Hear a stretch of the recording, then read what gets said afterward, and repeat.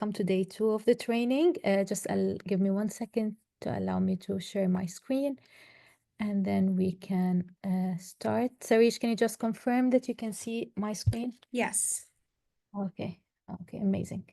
So again, thank you so much all for joining us today in day 2. I'm really sorry. We apologize for those who could not join yesterday due to the technical issues with Zoom.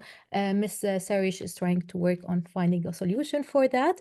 In the meantime, we just need to focus on the day 2 of training. Day 1, it was all about TopGoal. It was about hints and tips on how to address trimester 2 content, on how to work on literacy skills and how to work on reading, along with some hints also on how to give constructive feedback and how to make sure that you are managing your classroom. So it was a lot to take in yesterday. Today, our focus is a different approach. We'll be talking from a pedagogical point of view.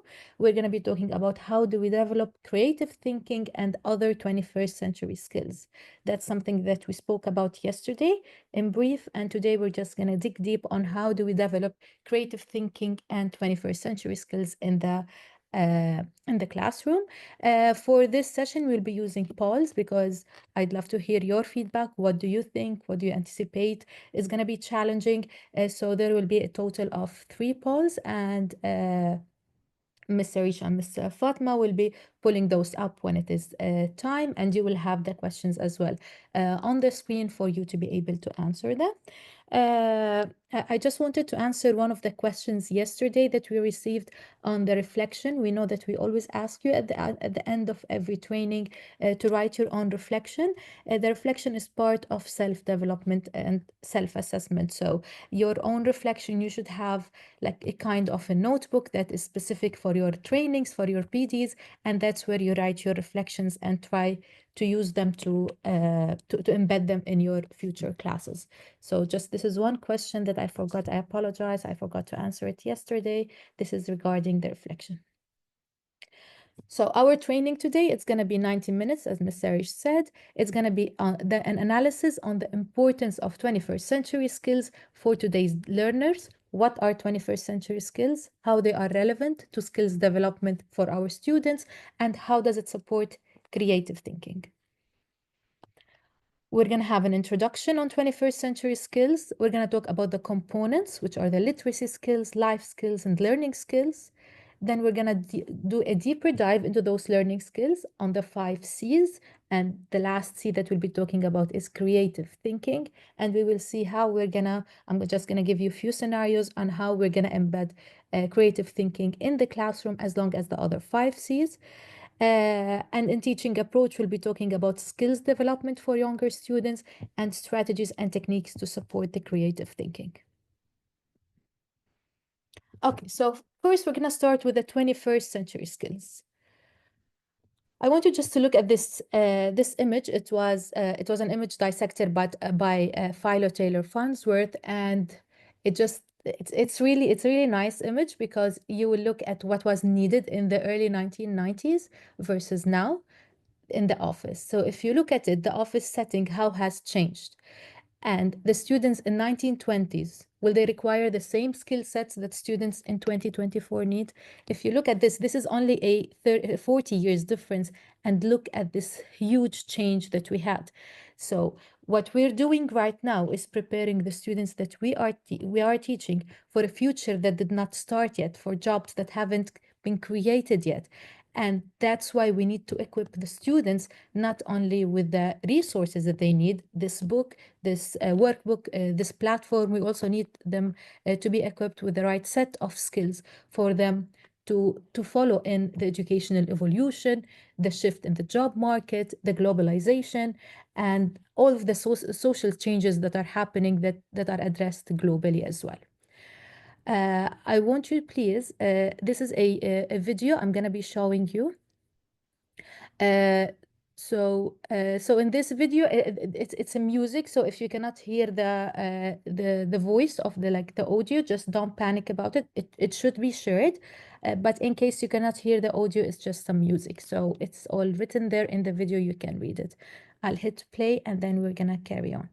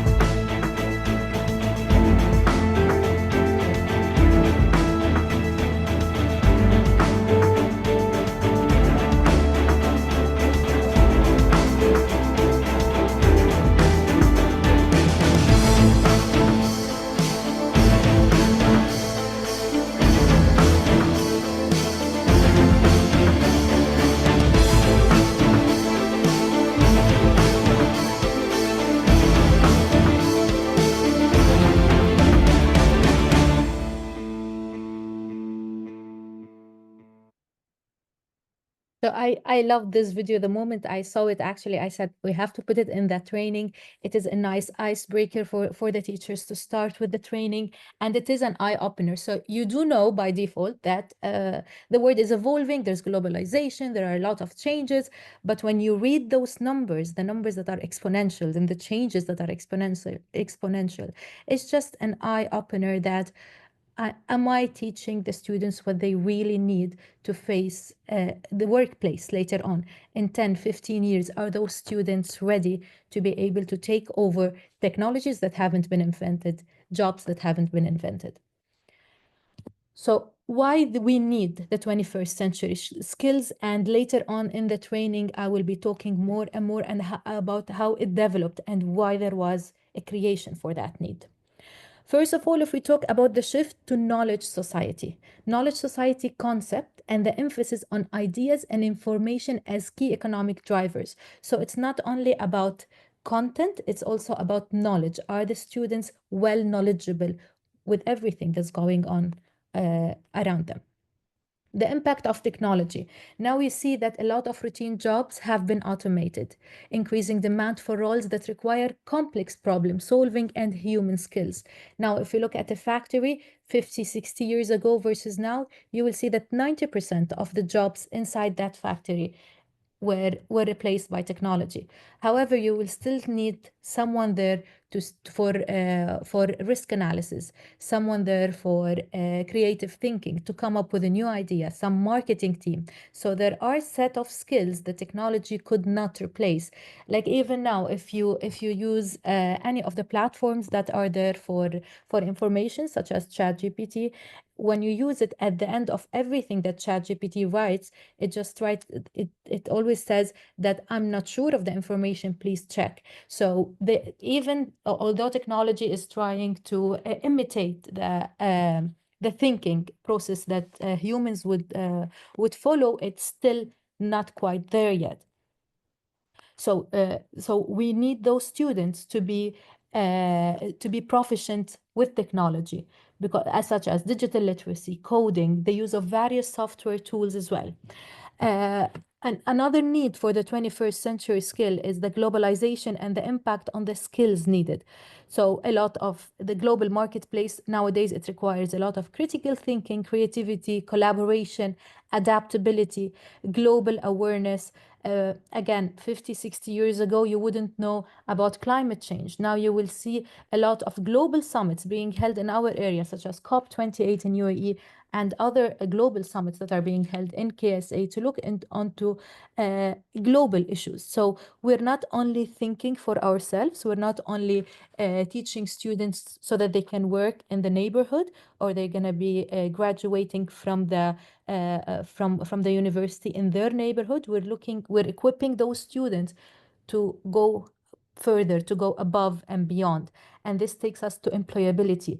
It's a big issue in ELT these days, as we have to acknowledge that we must equip our students with the soft skills that the employers are looking for nowadays, if we're really going to prepare them for the world of work. This whole issue of employability is very relevant on ELT teachers. It is one of the reasons behind the establishment of the community colleges in Saudi Arabia, as far as I'm aware, because we need to get that employability up, and ELT teachers help a lot with that. Okay, so I was just telling you on why do we have. So we hear all the time. The moment you are a teacher, you start hearing the word 21st century skills, 21st century skills. Why it was created? So we start with the Delors report, which was a report in 1996. It was created. It was called "Learning the Treasure Within," and it outlined or formulated principles as the 4 pillars of education.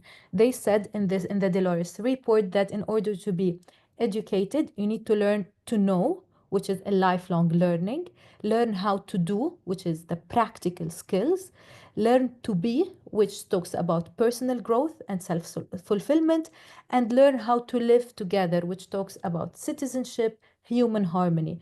So in 1996, we started with these 4 main pillars, and this is 1996, so it was long before we started with this advancement of technology. That report focused again on learning to know, so the knowledge, to do, the skills, to be, self-awareness and self-growth, and to live together, talking about citizenship. This moved all the way to 2008, where we had the Asia Pacific Economic Platform, and there they identified 21st century skills as a pressing concern. Moving on from that, so that report back with the economic platform, it re-emphasized on the holistic education that prepares the individuals. Then we had the three major companies, which were Cisco, Intel, and Microsoft. They they joined forces in 2010, and they categorized the 21st century skills into four categories. They talked about digital age literacy, inventive thinking, effective communication, and high productivity. So just note that these three companies are tech companies, Cisco, Intel, and Microsoft. So although we're looking at the 21st century skills needed in students, they were working on how do we prepare those students to come and work in the tech industry. So that's why they were focusing on digital age literacy, inventive thinking, effective communication, and high productivity. Then in 2011, as we're seeing more and more countries and are getting involved, more and more companies and stakeholders are getting involved in developing these 21st century skills. In 2011, there was a partnership between many business leaders, many educators that sat together and created a framework for success that is required to success for the 21st century skills. And in 2017, the UNESCO, they released the working paper, and they grouped all of the research that was done since 1996 until 2017, and they grouped them into three types. I know that's a lot of information, it's a lot of history, but I think it is relevant talking on, like moving on to talk about 21st century skills. I just wanted to build that knowledge on why 21st century skills is important. It's not only ticking a box. We can see how much time it took companies and stakeholders to develop these skills and grouping them so that it's easier for us as educators to access and for students to tackle as well. Okay, second, sorry. So as we said, they grouped those 21st century skills into three categories. Foundational literacies, now they're called foundational literacies, they were called literacy skills before. Character qualities or life skills, and competencies or learning skills. I know you're not familiar with that graph, but I'm 100% sure every one of you as educators have seen this framework, the P21 framework for 21st century learning. So we look at, you have the life skills, you have the learning skills, and then you have the information, media, and technology skills. They are all above that. They are an umbrella for all core subjects and 21st century themes.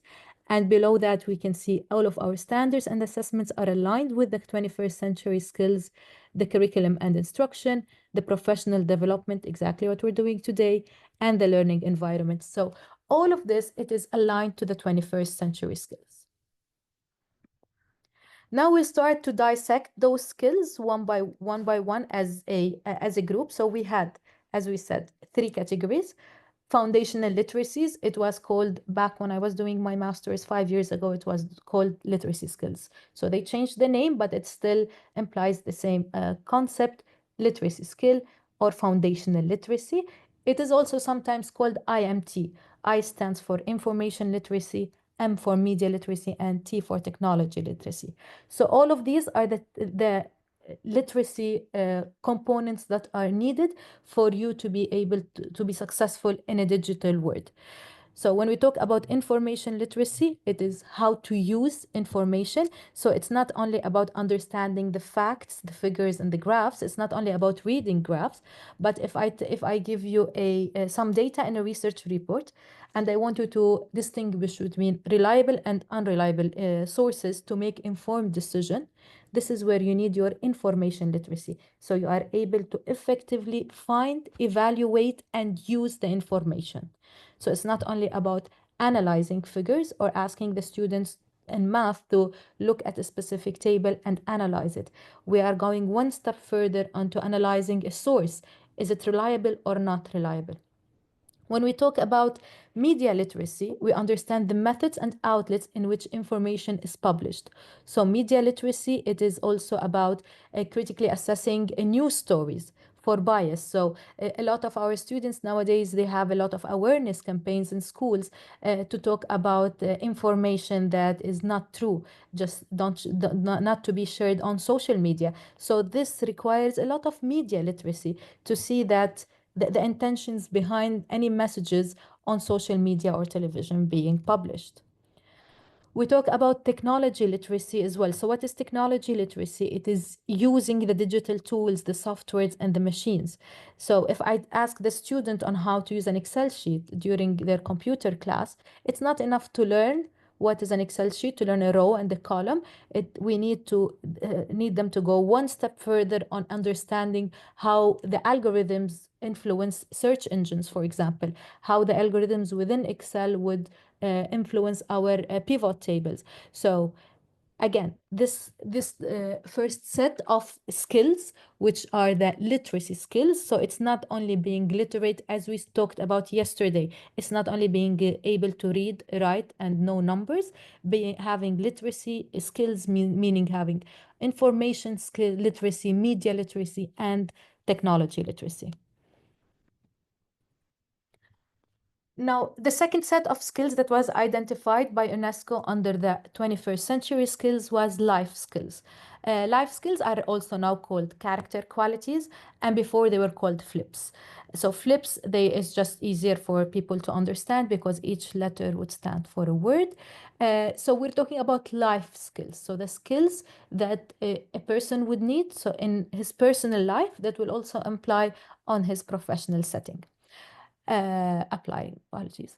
So we talk about flexibility or adaptability, which is how you deviate from plans as needed. A person should be flexible in both his personal life and his professional life, for example, when you're working in a group. We talk about leadership, and this is a skill that we will be talking about in details again, later on in the training. Initiative, taking initiative, starting projects, starting strategies. Like how many of you as teachers, I would know that a lot of you would come up with a lot of initiatives for the English department in their school when you are not asked to. This is a character quality or a life skill that humans develop as they grow in life, just when they are exposed to the workforce. And that's why we're trying to expose students to these sets of skills at a younger age, so age for them to develop it properly. Productivity or persistence, the P, it stands for both productivity and persistence. It is about how to maintain efficiency in an age of distractions, how to make sure that things are getting done and getting done effectively. Social and cultural awareness, how we're meeting and networking with others for mutual benefits. So if you look at those 5 qualities, they are the main qualities we talk about in the 21st century. These are all qualities, again, that a person would use in his professional setting. In school, you will be using those with your principal, with your head of department, but also you'll be using that in your personal life with your family. So these skills, they need to be growing on both ends, both personal and professional. And the last set of skills that we talk about are the learning skills or the competencies. So they're also called the 5 Cs. This is what we will be doing a dissection for in the second section. Sorry, it's what teaches students about the mental process required to adapt and improve. So we're not only talking about adaptation, we're also talking about growth, about improvement of students. More educators know about these skills because they are universal needs for any career. And each skill may vary in importance depending on an individual's career aspirations. So in some career aspirations, I might need more creative thinking. In others, I might need more communication. In others, I might need more citizenship. So those 5 Cs, we will dissect them in the coming section. We'll be talking about them in details, and we will see your opinion about what do you think matters the most. So again, it's very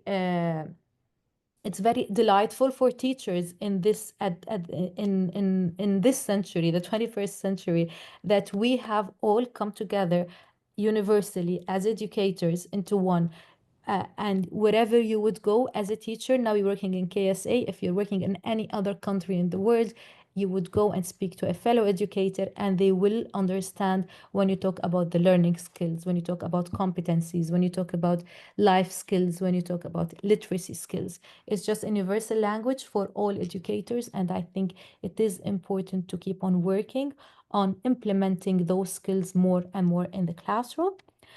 Uh, Before I move to the summary of the first section, this is your first poll question. I will hand over to Sarish for her to share her screen. And our question will be, which 21st century skill do you think will have the greatest impact on students? I'm sorry, just, Hi, do you everybody. want me It should be on your to share? screen now. You can see the poll on your screen, so you can answer which 21st century do you think have the greatest impact on students' future. The poll is running. It's moving fast. So you have what, 30 seconds, Ala? Yeah. Because we explained all of those skills, so we just want to know which ones do you think have the most impact on students: digital literacy, critical thinking and problem solving, or collaboration and communication. And Again, we're there's a talking poll on your about, screen, so please let us know your thoughts.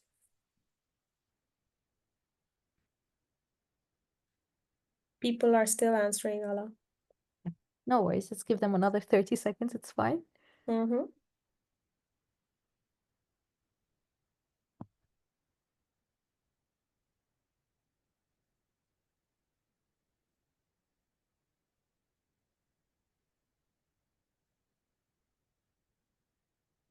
Okay, we'll be ending the poll in 3, 2, 1. Sharing the results on your screen now. Can you see, Ala? Yeah, yeah. So they are very close, honestly. So a lot of them talks about critical thinking and problem solving, and I would have to agree with this one just because I'm more of a science background. So I think all the time we need to solve problems, we need to critically think about things. But again, all of those skills are equally important depending on the career aspirations of your students. I know 80%, around 80% or more answered, but just for the next poll questions, I need you please to be more involved and answer the questions in time so that I can get more and more of the feedback of what do you think as well. Okay, so in summary of what are the 21st century skills. So again, the concept of the 21st century skills, it emerged as a response to the rapid technological advancements that were happening.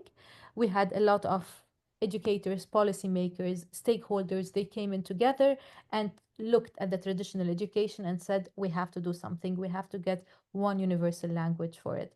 And they identified a need for skills that go beyond just basic literacy and numeracy. And this is what we talked about yesterday as well. Why the 21st century skills are important? Because they can equip students to thrive in a rapidly changing world. They allow them to adapt to new technology. And we are not only focusing about professional settings, but they're also they will be succeeding on on a personal level as well. Uh, and I just want to go a little bit away from the 21st century skill. I want to share with you a theory that's very interesting. I always share it with the students because anytime you tell them what are 21st century skills, they would not like really think about it. There's just something that sometimes they might memorize again just to tick a box. Uh, but if you look at there's a theory called the shopping cart theory. I'm sure a lot of you have heard about it, which is a simple test of ethical behavior. So a shopping cart in any of the malls nearby where you go do your grocery shopping, you have your shopping cart, and then when you go to the parking, there is an area for you to put the shopping cart back, but it's not obligatory. So you don't get rewarded for doing it, and you don't get disciplined for not doing it. It's there. So if you would like to return it. And if you think about it, a lot of people might return it, a lot of people don't. They just leave it in the parking spot, and then when the next car would come, it just move it, or someone will come in and just collect all of those trolleys and take them back in. So so if you think about this theory and how does it relate to our 21st century skills, uh, it it it relates particularly to our personal and social responsibility. So if I'm teaching a student citizenship to be a 21st century a student, to be a 21st century citizen, I need him to be able to personally and socially responsible for his actions. And this is where we talk about making the right decision even when no one is looking. This is personal and social responsibility that comes in embedded within the 21st century skills. We talk about social awareness and self-management. Just this action, it demonstrates self-discipline. So it's self-discipline is not only for students that when you enter the classroom, they are quiet and they're waiting for you. That's not self-discipline only. It has to go beyond of students being able to do the right thing even when no one is looking. I always like to refer to the shopping cart theory because I think students can relate to it, and you, as well as educators, as parents, can relate to it as well. Okay, so before moving into the learning skills, Sarish, do you think we can have 2 minutes for questions, or you want to keep all of the questions until the end? Yes, we can open up for questions if we want to. So if you have any, like checking the Q&A box now. No, I think they've just answered the poll question that we had. Do you have a question for now, right now, for whatever Allah has covered at the moment, or should we proceed? Mm, I'm just looking at the Q&A as well. No, I think all of the questions. No, nothing. Yeah. Okay, great. Okay, so then we're gonna move on to learning the learning skills that we talked about. Just deep dive into the 5 C's. Again, we have a second poll question, which is of the following 5 C's: critical thinking, creativity, collaboration, communication, or citizenship. Do you find most challenging to integrate? Some of you might know what they are, others might not be aware of all of them. So I will just give you 2 minutes here just to look at those words, make sure you understand what they mean, and we will be talking about them in details in the following slides. So just, Serish, if you can pull up the poll question, please.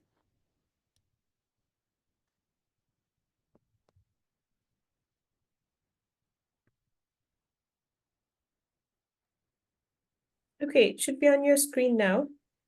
It's open. Which of the 5 C's, critical thinking, creativity, collaboration, communication, or citizenship, do you find the most challenging to integrate into your teaching practice? And maybe we can get two people from the audience raise their hands, and then we'll have them explain why do they think any of those 5 C's are challenging for them to integrate in the classroom, and maybe we can try to sort that out together. So please raise your hand if you're willing to unmute and talk.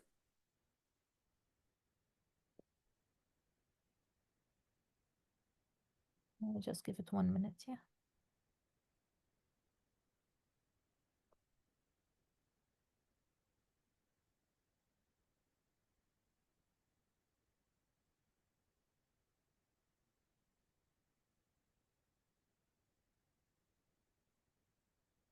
Raise your hand if you want to talk, if you're willing to share with us. And the poll is still open in case you would like to.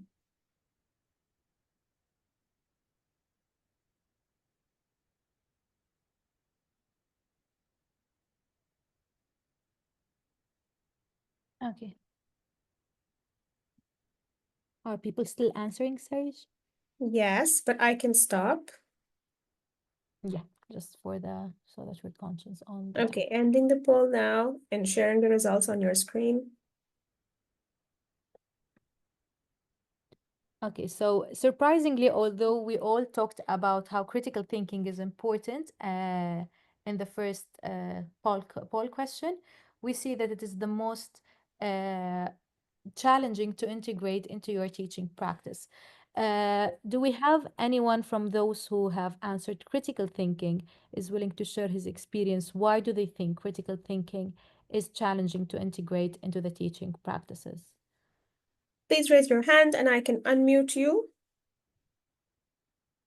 Fatima, allowing you to talk now. Assalamu alaikum wa rahmatullahi wa barakatuh. Hello, everyone. Hi. Hi. Wa alaikum salam. Okay. Okay, I chose critical thinking as my place in teaching now. I'm a young learner I have in my classes. So at this time, because of the TopGoal subjects, maybe I find critical thinking is challenging. So yeah, that's why. Okay, Fatma. So critical thinking, as much as we think it might be challenging, it's just big words, and we think all students are not ready for it.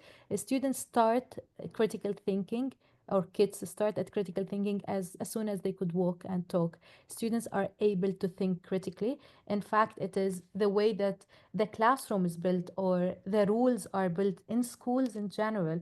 They tend to decrease that critical thinking for students, and students will be just following rules rather than thinking critically for themselves. So as soon you if as you give No. uh, I'm No, just mute. it's waiting. It's great. So you didn't add anyone to it. No, I need. So what I need to do is I'm I sorry. need to.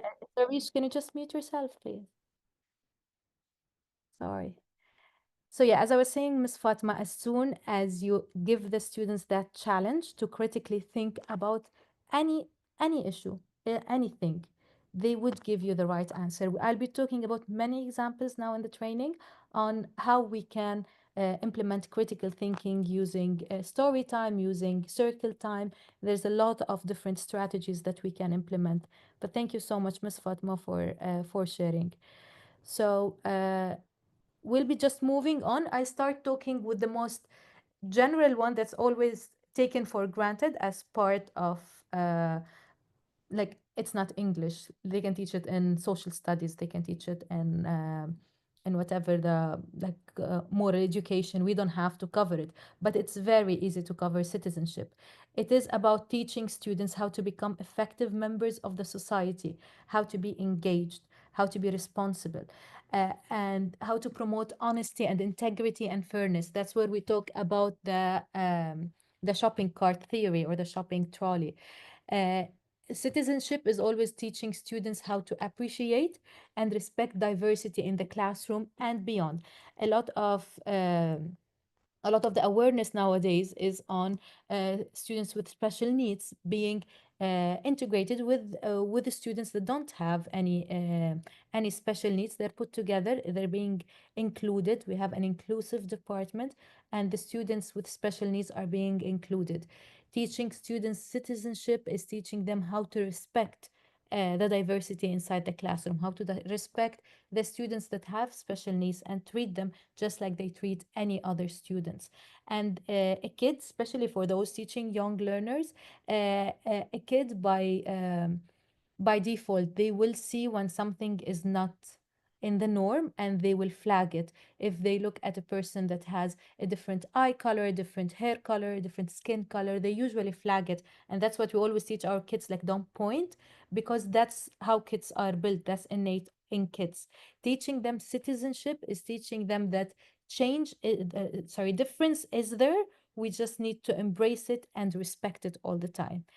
And also, citizenship is helping students understand the global issues and their impact.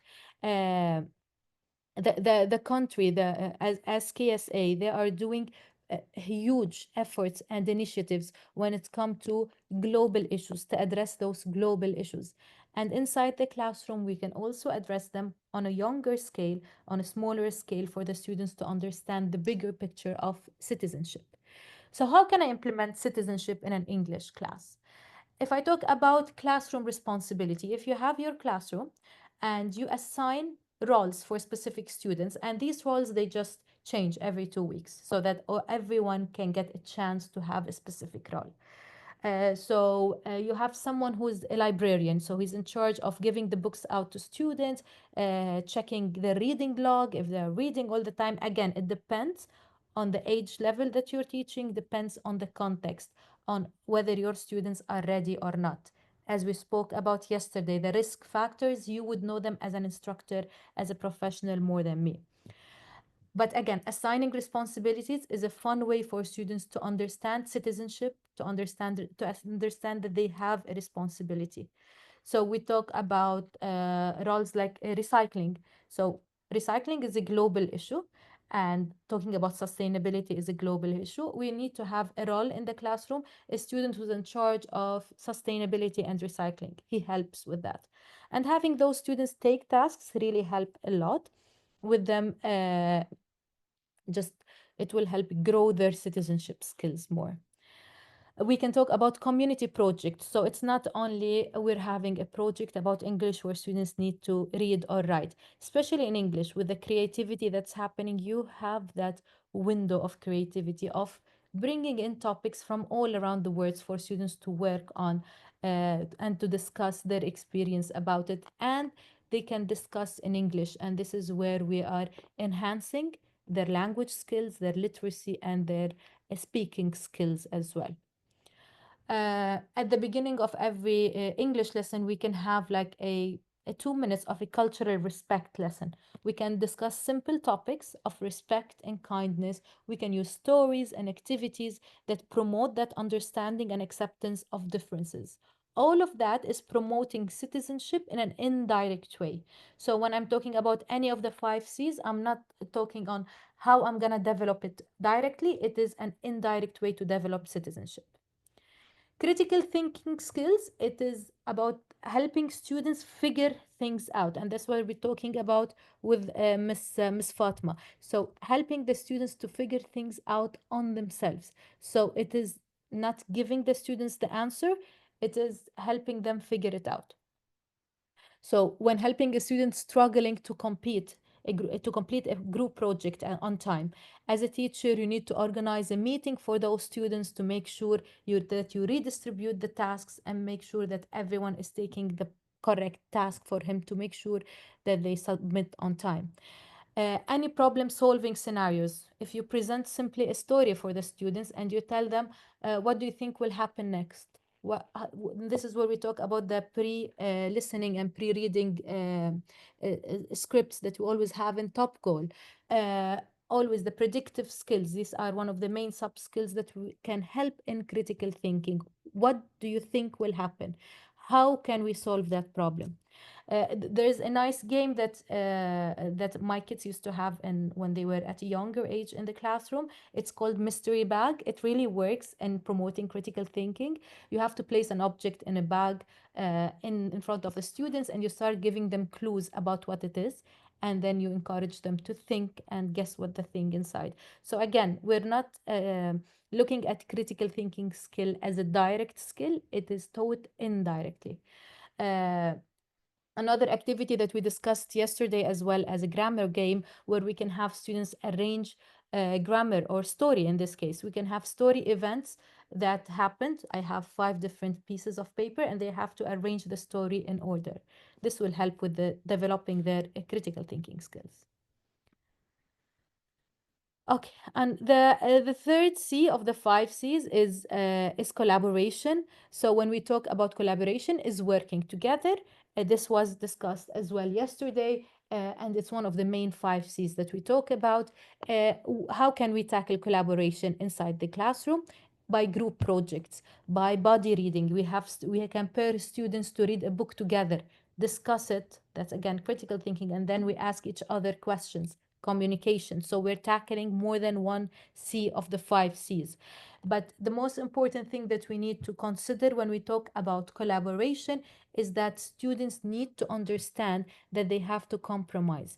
And surprisingly, this is one of the 5 C's that you can find very challenging to implement in a classroom where you have high achievers, because high achievers usually tend not to compromise on their ideas, on their thoughts. They would think that they have the best idea. So teaching them how to compromise for the greater good, it's very important so that they can reach that level of collaboration.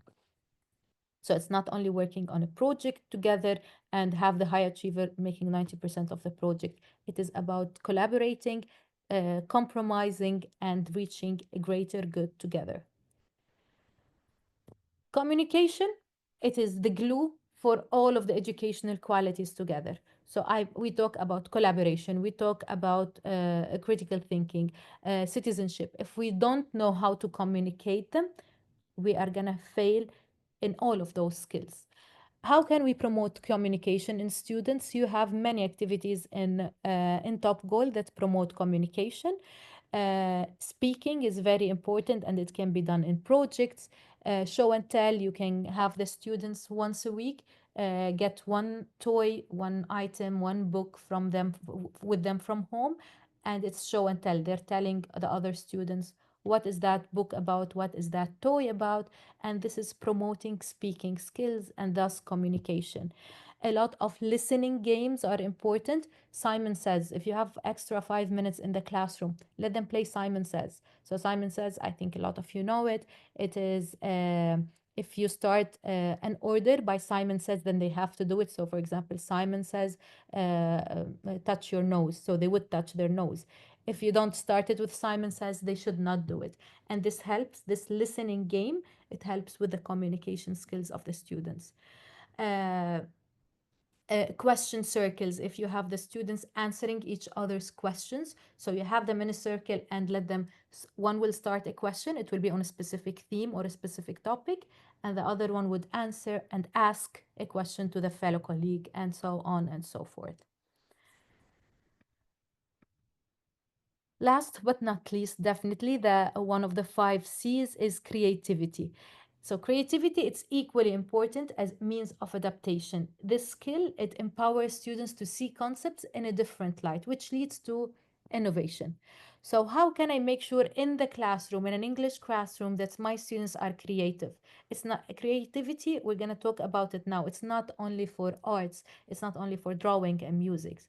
In English classroom, story creation is very important. If you let students create and illustrate their own stories, invent a character, for example, ask them to invent a character, and this is something we'll be talking about now in an example as well. Role play, it helps a lot with creativity inside the classroom, and this can be implemented in the dialogues that you have in TopGoal when they're talking. When you have 2 students speaking together using that dialogue in TopGoal, you can have them doing role play as well. So this is our third poll question. I have 5 challenging situations for you as a teacher. So as a teacher means as an employee and not as a teacher for the students. So as a teacher, these are 5 challenging situations that you might face, you might have faced at some point.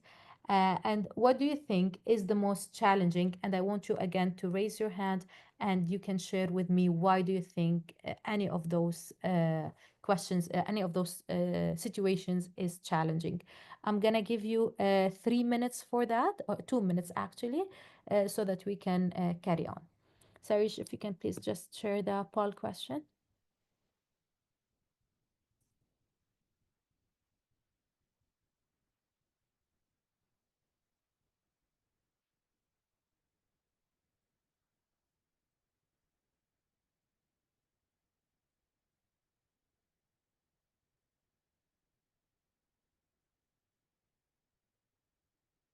It's on the screen now, the poll.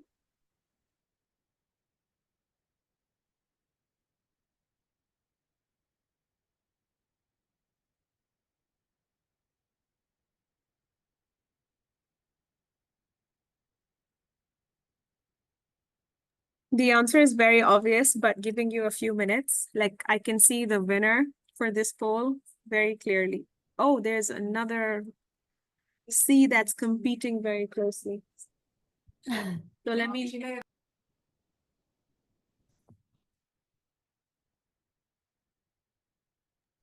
Giving you 30 seconds more for the poll questions.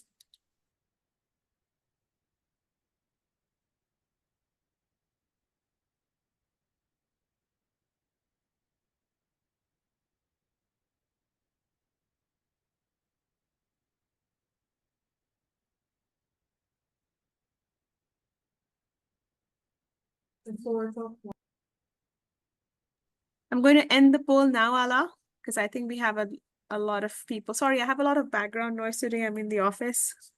Okay. Sharing the results now.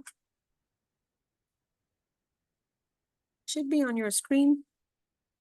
Yeah, I think again, we're stuck with critical thinking. Yes. So you are tasked with developing a strategy with a colleague to address declining student engagement and require deep analysis of multiple factors. Do we have anyone who would like to share their experience on why do they think critical thinking might be the You can most raise challenging? your hand and we can unmute you. So raise your hand if you're willing to talk. We have Modi Al-Shamari. Modi, feel free to unmute yourself.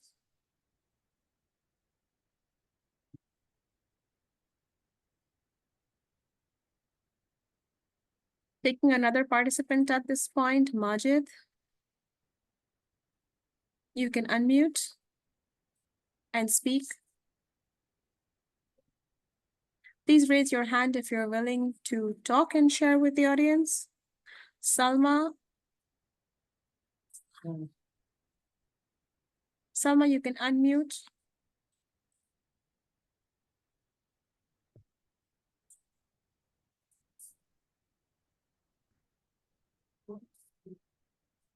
Zara.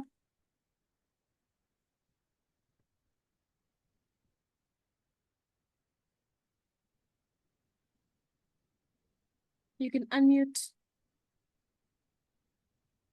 Okay, I'm passing back to Ala at this point then.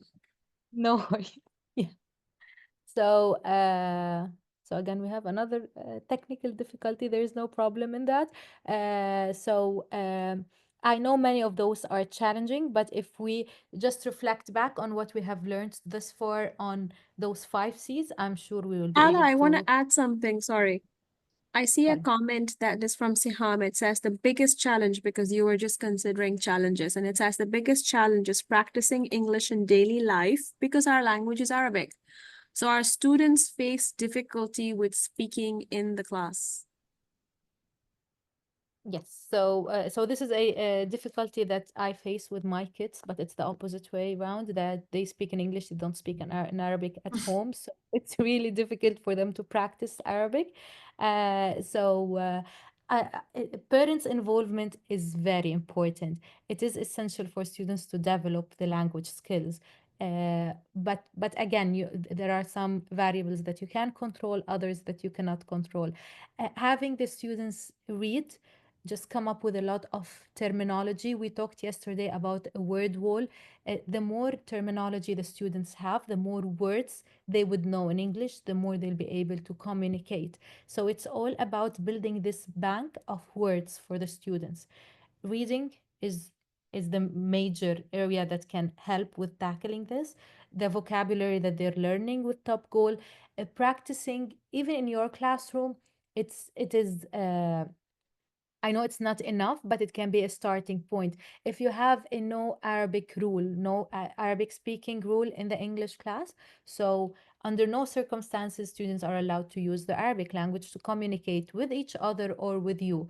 You are a teacher who doesn't understand Arabic. If you start from that, this will help them, this will force them to to use the English language, because students usually tend to stay in their safe zone where it's easier for them to communicate in Arabic because they think in Arabic. That's how they are cognitively built to think in Arabic. So shifting that thinking is it is difficult. It requires help of parents, and I know sometimes it might not be the case, but keeping all of the stakeholders involved would help as well a lot. But reading is building that pool of vocabulary words for the students will help them in practicing English language.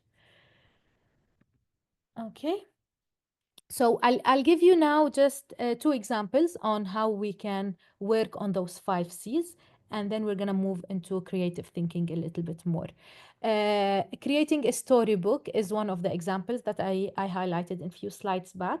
If you have the students as their project for the end of the trimester, so it doesn't have to be something that's gonna take up of the time inside the classroom, because a lot of you are gonna tell me we don't have enough time, and I do understand. So all of us, we don't have enough time to tackle the curriculum, but this can be a project that can be done at home, can be done during break time, during lead time,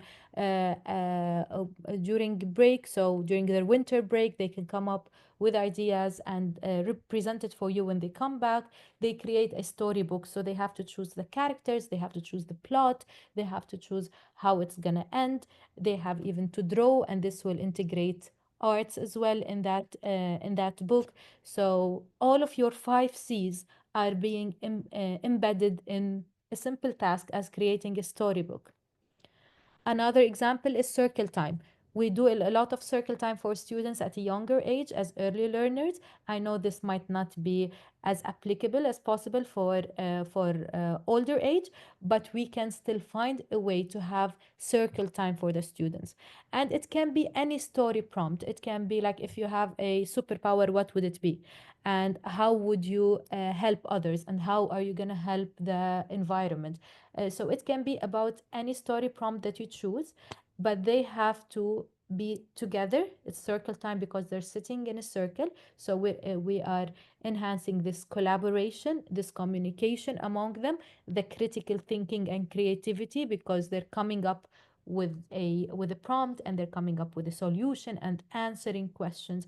As long as well as citizenship, you can implement it easily when you ask about any of those stories. How is that doing any good for the community or the society or the globe? So all of this as 5 C's, they can be implemented in any of the examples that we have given. So just as a summary, the 5 C's, they are critical thinking, creativity, collaboration, communication, and citizenship. When we talk about critical thinking, we allow students to analyze and solve complex problems. When we talk about creativity, it's about innovation. Collaboration means working together. Communication is to ensure clear and efficient interaction. And citizenship, it is the soft skills that they need to become well-rounded members of the society. Moving on to creative thinking, and I wanted to highlight this quote by Scott Adams. It says, "Creativity is allowing yourself to make mistakes. Art is knowing which ones to keep." And it is really touching. This quote, it tells you that art is knowing which ones to keep, while creativity is allowing yourselves to make mistakes. It highlights the essence of the creative process. It suggests for you that creativity, it involves being open to experimentation and to making mistakes. But arts, whether in painting, in writing, or in any other creative field, it requires discernment and wit. It's about recognizing which one of these mistakes they have value or beauty and incorporating them. So I know it's a little bit artistic as a quote, but if you think about it, it is so creativity is mostly about allowing those students to make mistakes. It's not about giving a right answer or a wrong answer. Let them make those mistakes, and let them know which ones they need to keep, which ones they need to incorporate into their final work. Now, when we talk about creative thinking versus teaching for creativity, so we have two areas here. When we talk about creative thinking, it is using imagination and innovation method in any educational context. Teaching for creativity is to develop a student's own creative abilities. In terms of focus in creative teaching, uh, the focus is how the teachers present and deliver the content. Your content should be developed and delivered creatively. In teaching for creativity is how the students develop and apply their own creative skills. So if we look at the difference between creative teaching and teaching for creativity, in creative teaching, it's always about the teacher. And the teaching for creativity, it's always about enhancing those skills in the students. For example, when we're talking about creative teaching, one of the creative teaching is role play or interactive games. One of the ways where we can implement teaching for creativity is open-ended project for personal ideas, just like the story we spoke about now, brainstorming, problem solving. And this is where your role would change. When you're teaching creatively or when you're doing creative teaching, you're presenting materials in a captivating and effective way. However, if you're teaching for creativity, you are creating the opportunities for students and guide them into develop their own creativity. As a teacher, I need to have both. I need to be able to present my work creatively, so I'm not reading of a slide, I'm not reading of a book for students. And at the same time, I need to teach them for creativity. So I need to enhance those skills so that those students are creative. Now, common misconceptions that we always talk about when we tackle creativity. We always think that creativity, oh, it is for the art classroom. Students can be creative in the art classroom, although creativity is essential across all subjects, especially English. When we talk about creativity, we say, oh, it's only for the gifted students. However, creativity is a skill that all students can develop regardless of their initial abilities. And this is one of the articles I was reading a few weeks ago that was talking about singing. And they particularly not thought, they found out that everyone can sing if they get the proper training. So there's no one that has a bad voice or a nice voice. Everyone can sing. So creativity is another skill that all students can develop regardless of their initial abilities. If they are high achievers or they are low achievers, they still can develop the skill. Another misconception on creativity is that it's not as important as academic skills. No, creativity, it enhances critical thinking, it enhances problem solving, and these are both crucial for the academic success of students. And creativity cannot be taught. Yes, it cannot be taught directly, but it can be nurtured through creating an environment that supports experimentation and risk taking. I want you to try, if your classrooms permit and if your schools permit, try to have a reading corner in your classroom. So don't have your classroom set up in the in the traditional way.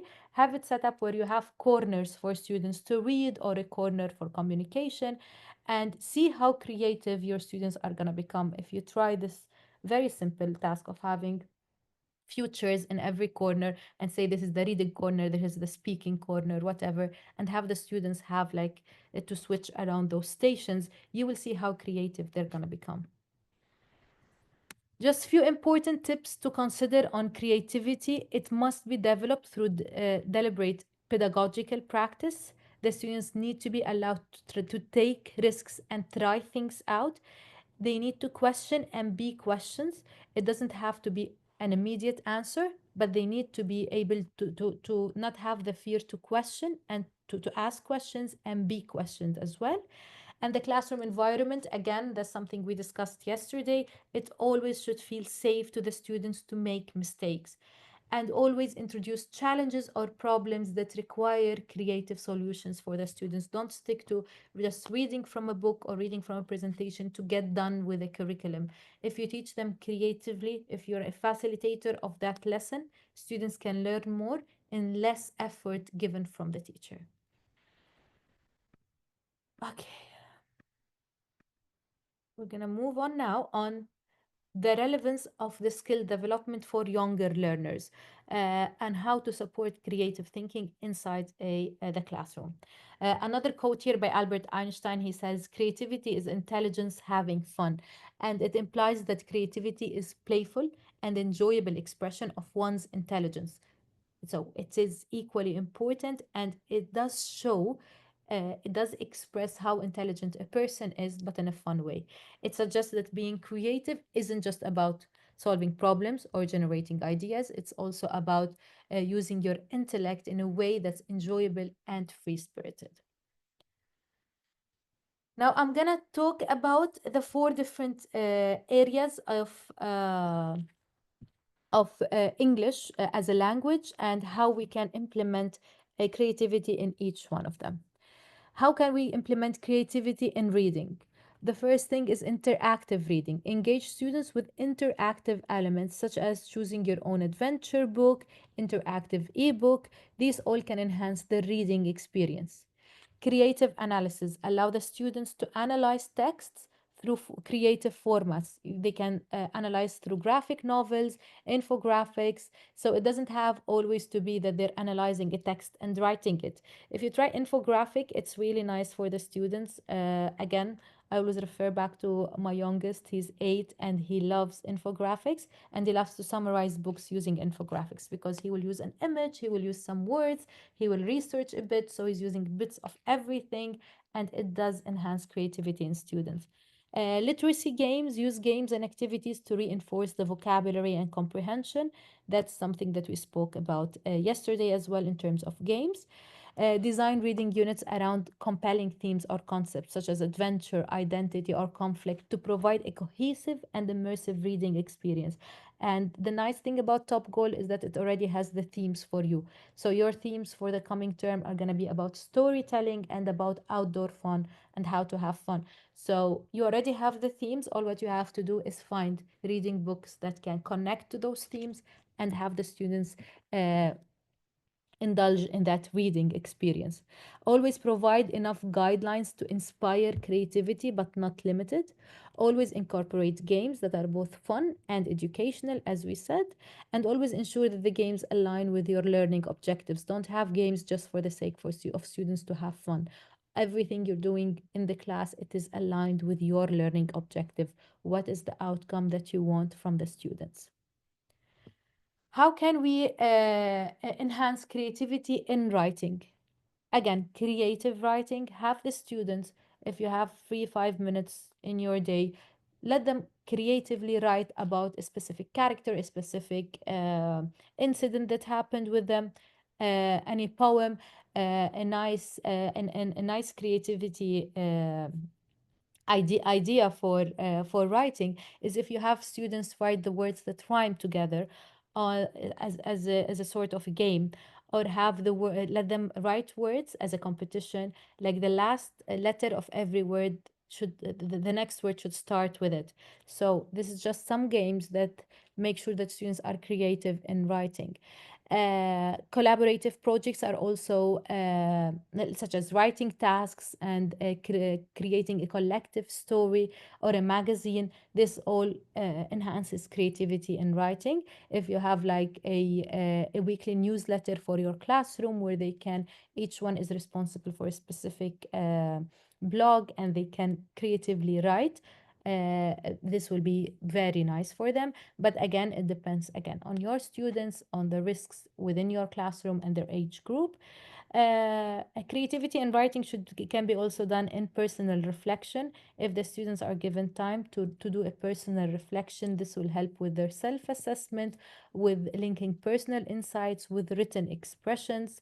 uh, so overall, we always need to create opportunities for students to feel safe and to write about what they want to write. So let them have that safe space to do this creativity in writing. And again, because we have different learning styles, different learning abilities, we always try to offer a helping hands for students that don't know where to start from when we tell them to write. So you always offer prompts and themes for them to spark creatively. Don't just leave them and tell them write anything. Provide a theme, a prompt, a certain situation that they need to write about. When we talk about creativity in speaking, how can we promote creativity in speaking? The most important or the most efficient way to create it is through role playing, which is present a lot in Top Goal when we talk about role playing, when they have acting scenes or they talk in a dialogue together. and also through debates and discussions. If you sometimes, as a starter in your classroom, it can be once a week where you have a specific topic, and this topic can be a something that's happening in the community, some news that's happening in the world, and if you have the students debate about it, let them debate, let them learn the art of debate, to talk about if they are against, if they are with, and why. And just to ensure success, we always set clear rules for respectful dialogue and critical thinking. So this takes us back to day one when we talk about setting rules. So we always make sure that the dialogues that are created are respectful. We always select scenes and characters that resonate with the students' interests. So we don't talk about something in Japan where we can talk about something happening or a news flash happening in KSA. Of course, it's important for students to be aware of what's happening globally, but we try when we're talking about speaking to talk about something that resonates with the students. And creativity in listening, how can we promote creativity in listening? Through multimedia projects. So the projects don't have to be always on a paper or in a board and the students have to present. It can be that they will have a podcast. Now podcasts are very viral for students. Any recorded dialogue. Role play, as we talked about it now, so role play also can be in listening. We have someone perform while the others are listening to them. Debates and discussions also requires the speaking and the listening.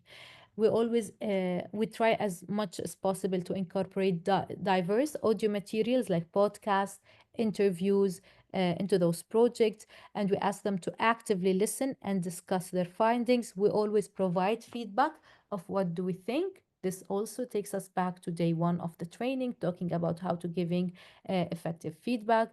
And we need to make sure that the students understand the importance of listening.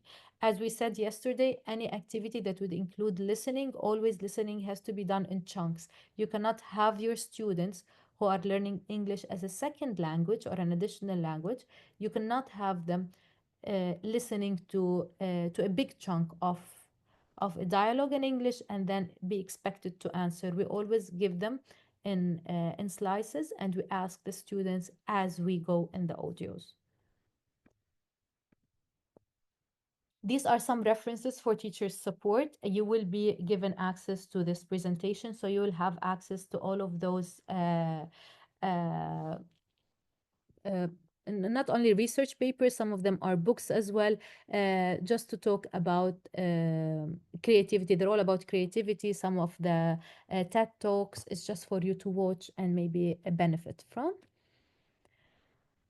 Now, in terms of reflection and conclusion, again, I want you please to write two things that you have learned today.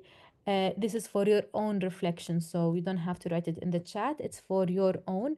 Just take 2 minutes, think about when I'll stop talking. Just think about two things that you have learned today and how you are going to incorporate those two things in your classroom. Of course, if you would like to share them in the chat, we don't mind at all for others to benefit from them. But it's important to reflect on this PD and any PD that you do, just to make sure that you are summarizing what you have learned and how it is going to help you in the future. So just a last few words before we end and open for questions. We need to make sure that we understood what 21st century skills. Mastering those skills, it empowers the students to thrive. It empowers you as a teacher as well to thrive. Embracing these skills in education, it doesn't only prepare the student for future challenges, but also foster their ability to adapt, innovate, and work effectively.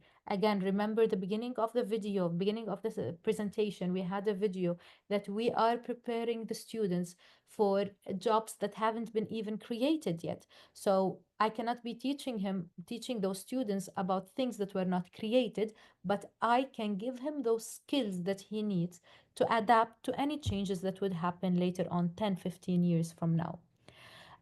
So again, we equip those students with the tools they need to succeed in both their personal and their professional lives.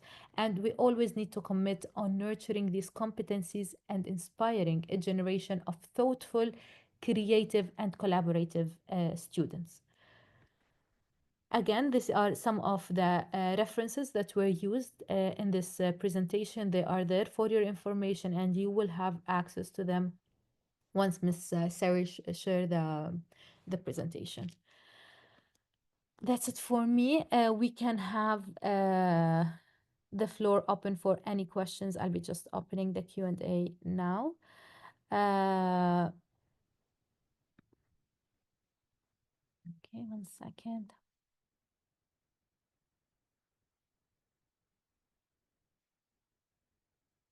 I like how someone, Sheikha Al-Harbi, I think you just summarized what are the key components of critical thinking, and this is very nice when we talk about observation, analysis, interpretation, evaluation, inference, and explanation. That's amazing. Collaborating with other teachers is difficult, especially if they have different thoughts. And that's why when we talk about collaboration, it's important to talk about compromise as well. Everyone will have different thoughts. You're not expected to be thinking exactly the same like someone else, but you are expected to compromise for the greater good. So if we're always talking about what's in it for us, what is the added value for this collaboration that's happening, then you will be able to look at that greater good and do the compromises that are needed. Okay, there were some questions, Sarish, again about attendance.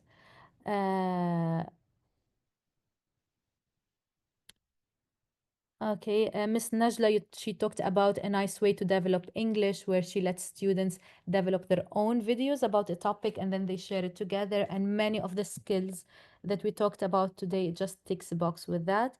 And I think this is fantastic, Miss Najla.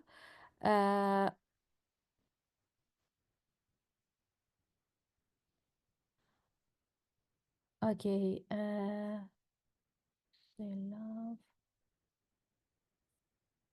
Again, there is no registration for the name. We have some questions on how to register with the name. When you are in the session, you're automatically registered as attended, and you will be receiving those certificates around 2 weeks from now by Miss Sarich.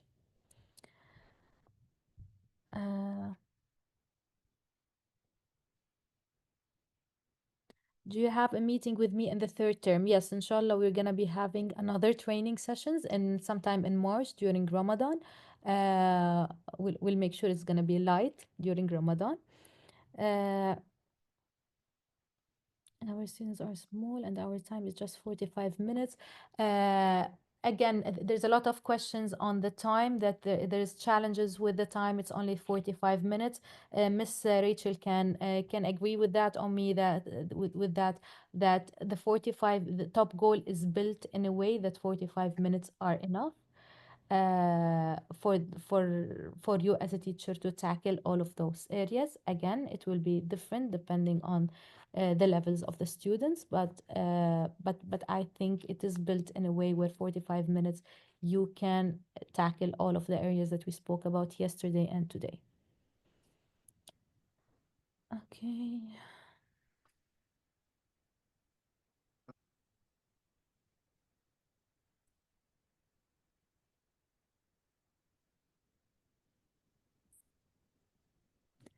There was one question on how to implement creativity in teaching English, and we did, I think that question was before I covered all of those slides on creativity in various areas. So we talked about creativity in listening, creativity in reading, in writing.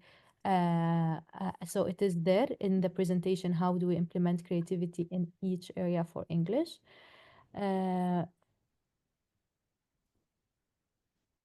Okay. And these are what I'm talking about. So creativity in listening, in speaking, in writing, and in reading. Creativity is what else can I achieve the goals? Again, any questions on the certificates, you will be receiving them in the coming 2 weeks.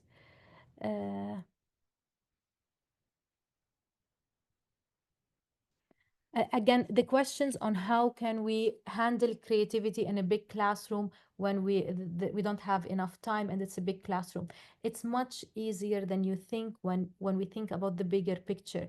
If you ask the students to take tasks, to take responsibilities, have them differentiated into groups based on their abilities and their skill set, and let them do the work. Be facilitators in the classroom rather than teachers that are reading for the students all the time. Be a facilitator. Have the students do 80% of the work when you're just doing 20% of it. This will help a lot with the creativity. It's not about the number of students that you have, it's also about how you're going to build that uh, that environment in the classroom so that you're able to foster creativity. Okay. Teaching.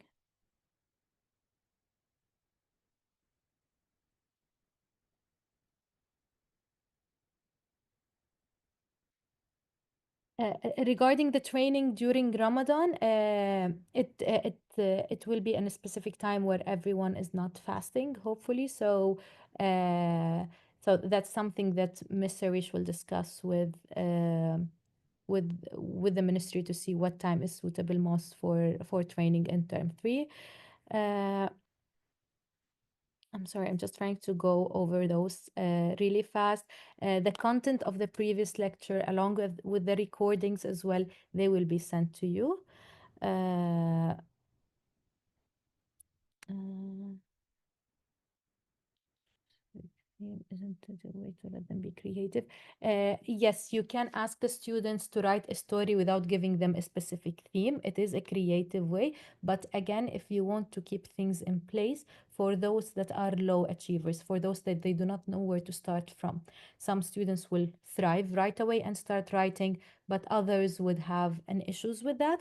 So having this prompt, this theme, it really helps the students knowing where to start from. And this can develop with time, so you don't have uh, to work with the same pace.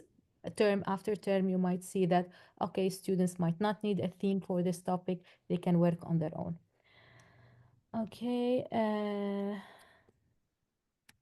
I'm trying to go through these questions fast. I know it's Asr prayer time now. I'm really sorry. It's until 4 o'clock, so I am trying to get done with all of that. How to increase students' motivation. This is a training for a different day. Perhaps we can have it in term 3 or in the next terms on how to increase students' motivation. Okay.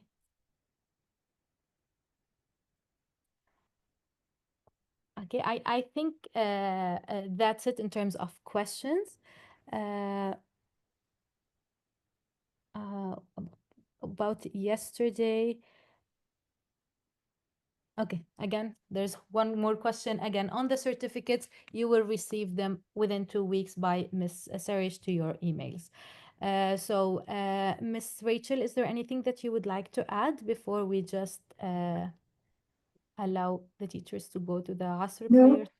No, Allah, it was really interesting. I enjoyed it as well. Thank you. So Risha's had to go, so I think we can end the session a few minutes early. I don't think that's a problem. Okay. Okay, great. So thank you so much, everyone, for attending, and we look forward for the training in term 3, inshallah. Thank you so much. Okay.